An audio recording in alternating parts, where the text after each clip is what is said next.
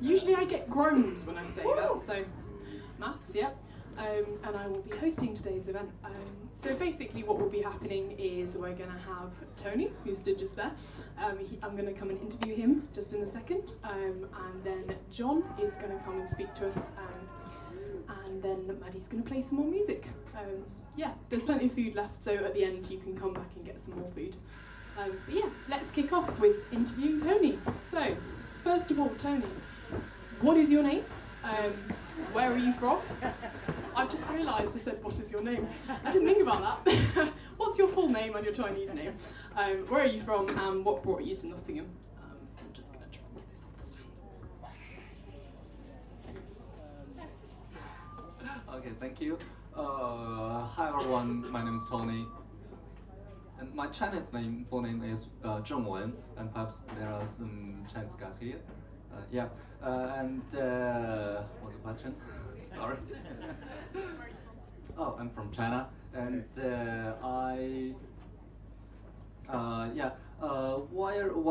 what brought me to Nottingham? I'm studying here and to conduct my PhD here, and currently I came to the UK for 4 months. Yeah. Great, thank you.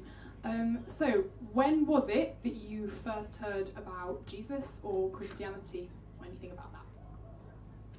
The first time I touched the touch of Jesus, it should be 2013. At that time, I was starting in my master school. At that time, I and my friend just walk around in my campus, and a girl at the time who is a Christian and from another university just grabbed us and told us that there was a small home, just like home group here, and holding the library and invite us to go to that group. And actually we did, but we can't understand what they say. They just talk about the stories in the Bible, and I even can't remember the content. Yeah. But at the time, from that time on, I just touched a little about Jesus, but I didn't become Christian until 2017. Yeah. So, what was it that led you to believe in Jesus? What made you become a Christian? Yeah.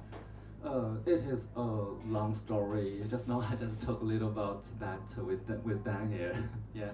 And it should be start from 2016. Before I came to before I came to the Nottingham, I was working in China, and for the first year I was working in an insight company. And from 2016, I started my startup with my two friends.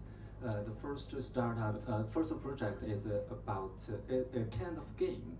And at that time, we have money from the venture investment, so we can hire some people to form that team and to produce the product, and then we will put that product. Okay, thank you. To the market, but maybe 1 year later, yeah, but maybe 1 year later we found that we cannot make enough money to support our team.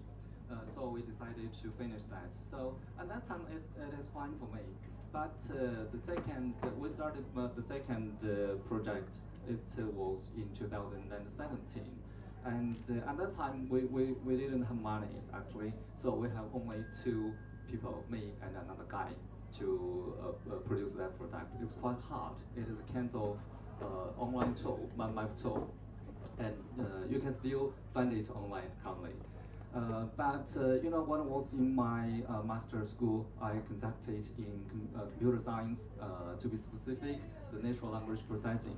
So the second project, I cannot make full use of what I've learned. So maybe after 7 or 8 months, I decided to quit from the second project. Because this is not what I want to do in the future. So at that time, it's quite hard for me because I don't know which way to go, whether go back to work, whether continue that project, or pursue a higher degree. So I felt a lot of pain. At that time, I remember my favorite thing is to sleep, because when I sleep, I can think nothing about my project, nothing about my future. So, but when I woke up, everything comes to my mind. It's quite hard. But just at that time, a friend of mine, a girl who is a Christian, and she told me that I can go with her to the church every Sunday. Yes, I did. I go with her. And at the beginning of that, I didn't think I can be and I could be a Christian. I just go to church to listening to preach and to listen to pray. Listen others pray. I can pray actually. Yeah. What I felt is that when I was in the church, I felt a kind of inner peace. So yeah, just like the sleep, I think nothing about my job. Yeah. So this is the church. The key point that I became Christian is because of the home group. And I went to that home group with my friends, and actually, we didn't know each other before. We all of us are strangers with each other. The group leader, the group members, but they can treat me as a family member, and I just stand in the middle of the circle, and they come around me and put their hand on me and pray for me. I really felt a lot of warmth at that time.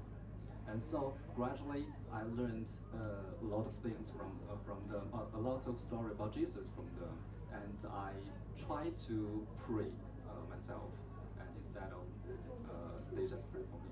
Yeah, I try to do that, and I pray what I want to do and pray for the Jesus help. So gradually, I really felt the help from Jesus, including my IELTS test, my application for the schools here, and actually here there is a small story here. I applied my scholarship when I was in China for 4 scholarships, 2 from the Chinese government and 2 from the university. But I failed for all of them. So at that time I thought I couldn't be here because I don't have the scholarship.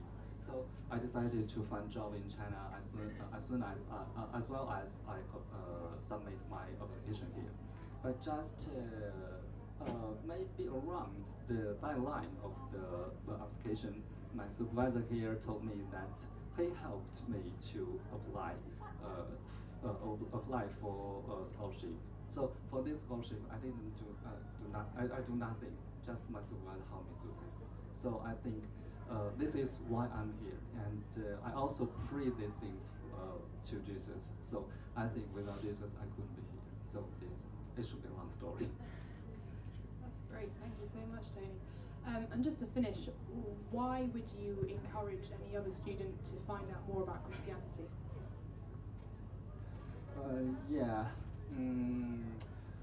I think for everyone has her or his own stories here, and for me, perhaps it's quite hard for Chinese students to be a Christian in China. I didn't be a Christian for 27 years because I'm 28 now. Because there are not so many Christians in China before, and not so many churches in China as well. But when I came to UK, I gradually realized that everyone has their own stories, no matter the Christian or non-Christians, and you just go through your own life, but you can listen or hear other stories. Different people have different stories, no matter it is a happy story or painful story, but you can learn and experience the feeling from their stories. So I encourage all of you to listen other stories, to listen to other story, and just for on the one hand for experience, on the other hand you can also make friends with them, and I guess I'm sure that all of the Christian students here are more than very happy to be good friends with you. Yeah. That's really great, thank you. Can we thank Tony? Wonderful. So if you'd like to find any more about Tony or his story, I'm sure he'd be happy to speak to you afterwards. Right. And it's lovely to be here this afternoon. Thank you for inviting me. It's my pleasure to share a little bit now, and really great to be part of this week's story. Now, just as we think about stories, we all love a great story, don't we? We've just heard Tony's story. There's something about stories that catches our imagination and speaks very deeply to us. Whoever we are, we love to tell stories, don't we? We love to hear stories. And wherever we come from in the world, stories are really important to us, aren't they? No matter what our culture is. Maybe we have family stories that we love to share. Maybe historical stories that we love to remind ourselves of. Or cultural stories that help us to find out who we are. Or maybe, for me, at the moment, most of the stories I seem to be telling are bedtime stories with small children. And the same ones again and again. Stories are part of our life, aren't they? And they're very powerful, aren't they? They don't just give us facts or information. They don't just tell us truths. They draw us in, don't they? They bring things alive. They make us think. They inspire us. They challenge us. Now I wonder what your favourite story is. What's the book that you love to keep on rereading? And what's the film that you like to watch again and again? Well, I wonder what you love about that story. Maybe it's the characters. As you get to know them, as you watch that film or read that book, the way that they interact just really draws you into the story. Or maybe it's the storyline itself. It's just the thrill, the twists and the turns of a story as it unfolds. Or maybe it's the way it ends. They win a victory. They fall in love.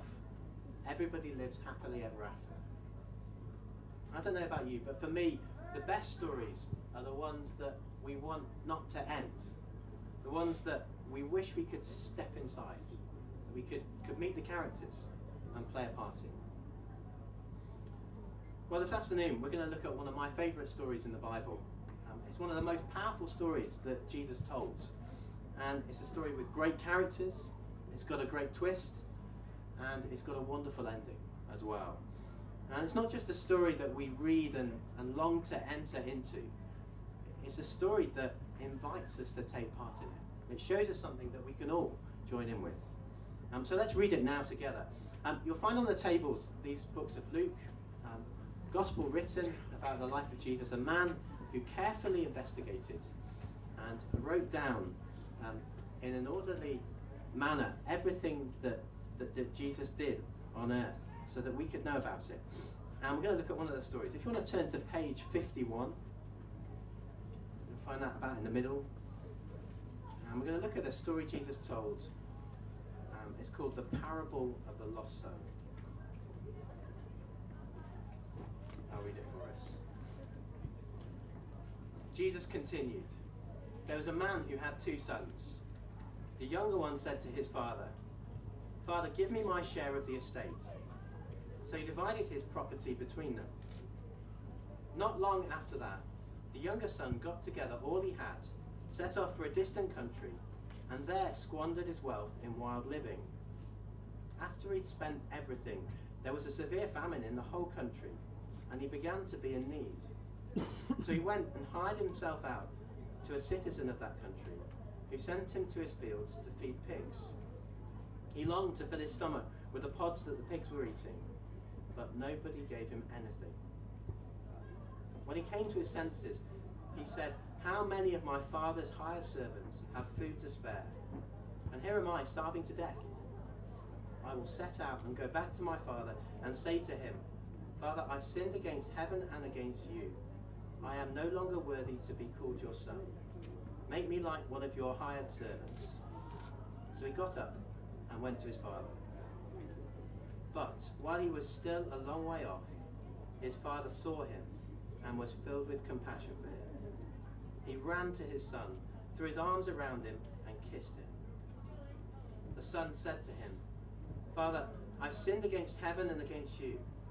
I'm no longer worthy to be called your son.' But the father said to his servants, 'Quick, bring the best robe and put it on him. Put a ring on his finger and sandals on his feet. Bring the fattened calf and kill it. Let's have a feast and celebrate.' For this son of mine was dead and is alive again. He was lost and is found. So they began to celebrate. And we'll stop there for now. This story is a wonderful story. And very quickly, with the time that we have left, I want us to see two things that this story shows us about our own stories. I had some slides, you can maybe picture them up above me. But the first thing I want us to see together today is that our story is a story of shame. Our story is a story of shame. Here Jesus introduces us to a father and two sons, doesn't he? And one day the younger son turns up and says to his father, in verse 12, "Give me my share of the inheritance. Give me what's going to be mine when you die." Now normally the inheritance would come when the father dies. But the son's saying, "I can't wait till then. In fact, I wish you were dead. Then I could have your money." You see, he doesn't care about his father. He just wants the inheritance. It is shameful, isn't it? But it gets even more shameful, because after the father gives him his share of the inheritance, without any thanks, this son sets off with the money to go and spend it far away from his father. He packs up his stuff and goes away, ignoring his father. What he does is outrageous, isn't it? He utterly humiliates his father. Now imagine for a minute the story of an international student who's come to study in the United Kingdom. And his parents have given everything for him to be able to study at university. They've sacrificed their time. They've sacrificed their money. They've saved up and worked hard so that one day he could go and study abroad. Now as they send their son off, they're so proud. And they can't wait to hear about how he's getting on at university. But as time goes by, there's no news. So they message him. Nothing. They phone him, but he doesn't pick up. They even go to old-fashioned writing and post him a letter. But there's no response. And so his father phones up the university and says to his tutor, "Is everything okay?" The tutor responds and says, "Yes, he's here, he's studying, he's working hard, he's doing really well." But there's still no response. And so finally the father goes to visit him. He goes and finds his hall, he finds his room, he knocks on the door, and the son opens the door. And instead of a smile, there's a look of disappointment. He says to his father, "I thought I made it quite clear to you that I wanted to have nothing more to do with you." Now, do you hear that story? It's shocking, isn't it? It's unbelievably shameful. We'd agree that that's a very bad way to treat your parents. And it's just like the way the son in this story has treated his father. But Jesus doesn't just tell this story as a nice story for us to think about how we treat our parents. No, Jesus is telling us to show us that, like this son, we too have a story of shame. You see, we too have a loving, generous Father, God, our Creator, who has given us everything that we have. He's given us our lives, this world. Everything that we have has come from Him. But like this son, we take what He gives and we enjoy it far away from Him. Instead of thanking Him, we reject Him. We ignore Him. We might not say it, but we wish He was dead. We wish He might not exist. We're all guilty of living our lives far away from God. And the truth is, we're just as shameful as this son. As the story continues, at the start it looks good, but it doesn't last long. Look down to verse 14, sentence 14. After he'd spent everything, there was a severe famine in the whole country, and he began to be in need. So he went and hired himself out to a citizen of that country, who sent him to his fields to feed pigs. You see, the money runs out, and this son is left starving, and he's forced to find a job.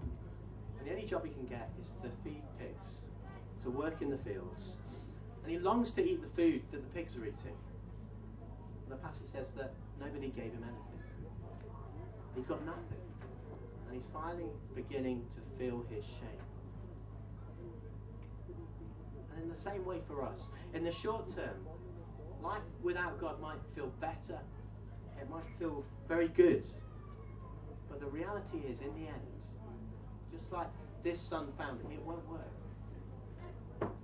We might take God's good gifts like money and enjoy it for a time, but in the end, it will run out, we'll lose it, and it can't really buy us the satisfaction and the security that we want.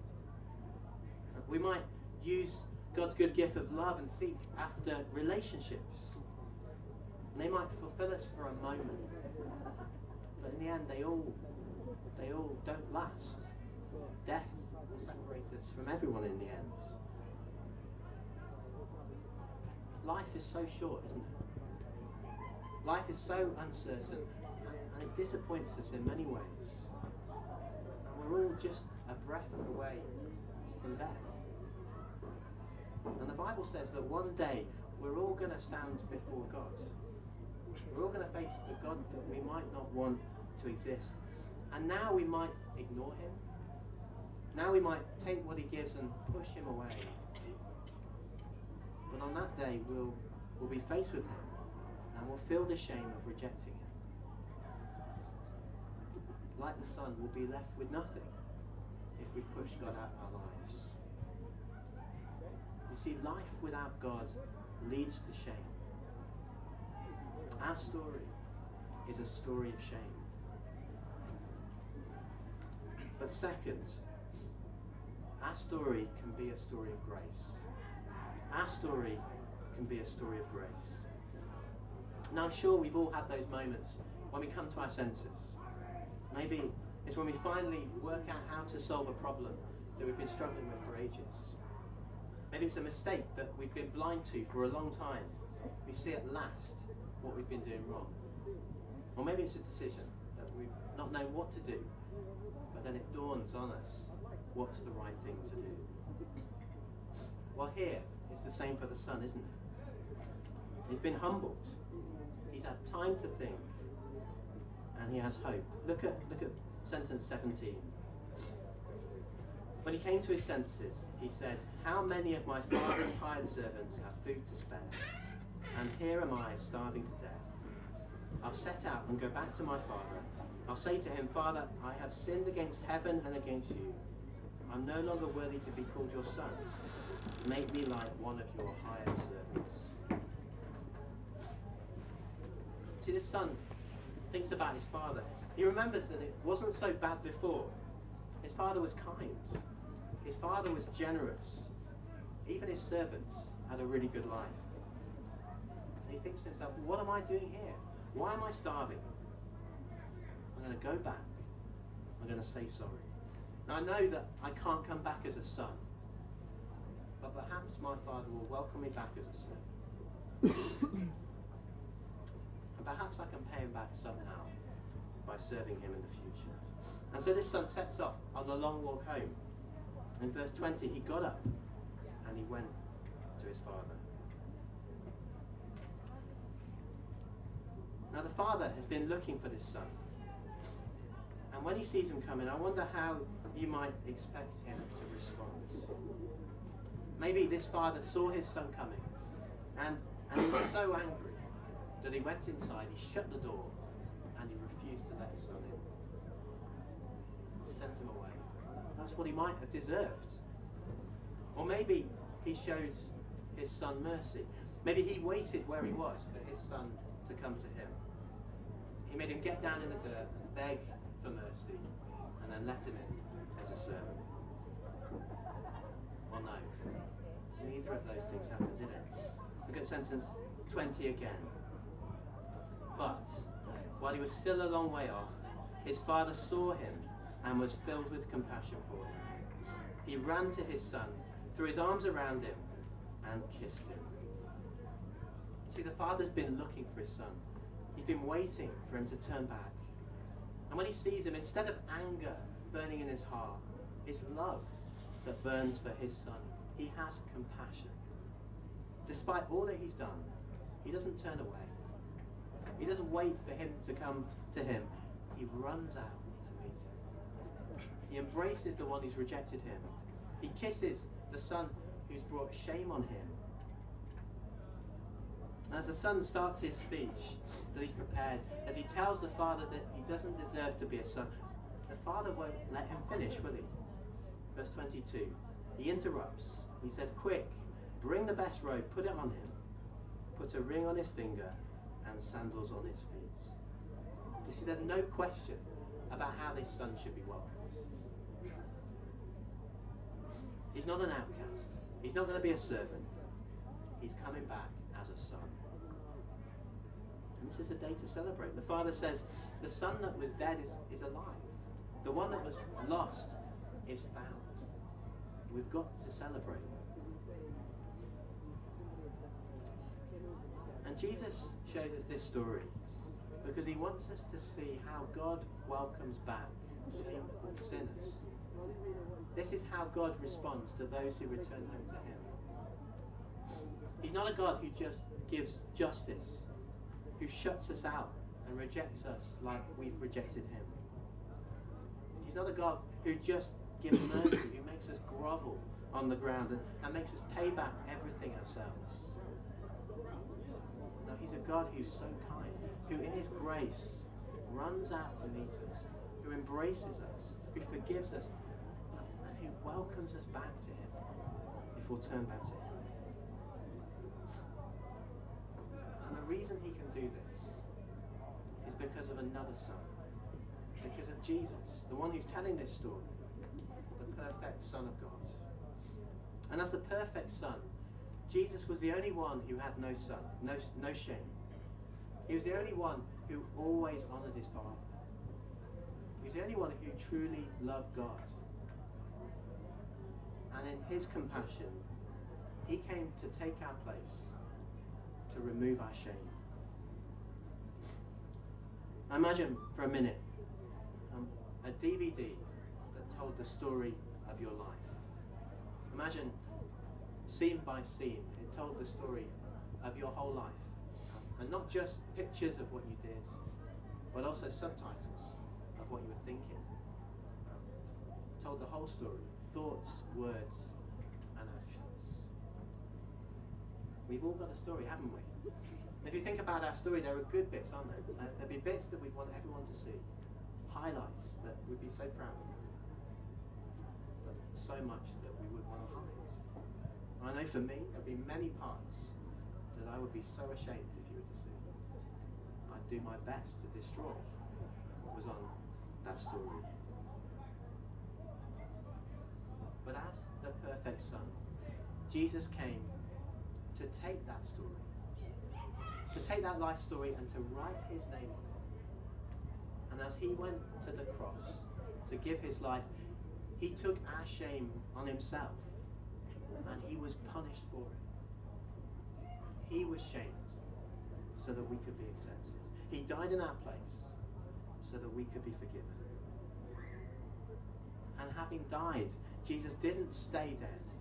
He rose again to give us a new life, his life, to wipe out our old life and to give in its place a perfect life. It would mean we're acceptable to God, that we can be welcomed into his family, that we can be sons and daughters. And so tonight, as Jesus shows us our shame, he leaves us all with a choice to make. We can refuse to admit it. We can pretend it's not true. We can continue to push God away. But Jesus warns us that if we do that, we will stay in our shame. We'll stay far from God. And one day we will be exposed. But he also promises that if, like this son, we come to our senses, if we acknowledge the wrong we've done, the shame of how we've treated God, then there's hope. Because if we return to him, God promises to welcome us. He promises to run to embrace us, to wipe away all the shame in our lives. And in his grace, welcome us into his family, to give us joy with him. You see, our story is a story of shame, but because of Jesus, it can be a story of grace. And I wonder if that will be true for you. Thank you for listening. I'm sure maybe there's questions you have about what I've said tonight. Please talk to those around your tables for a few minutes now. We're going to have some music. I'll stand at the back for a while. If you'd like to talk to me about anything I've said, I'd love to talk more and meet you and hear a bit more of your story. But thank you very much. I'm going to hand back over to you.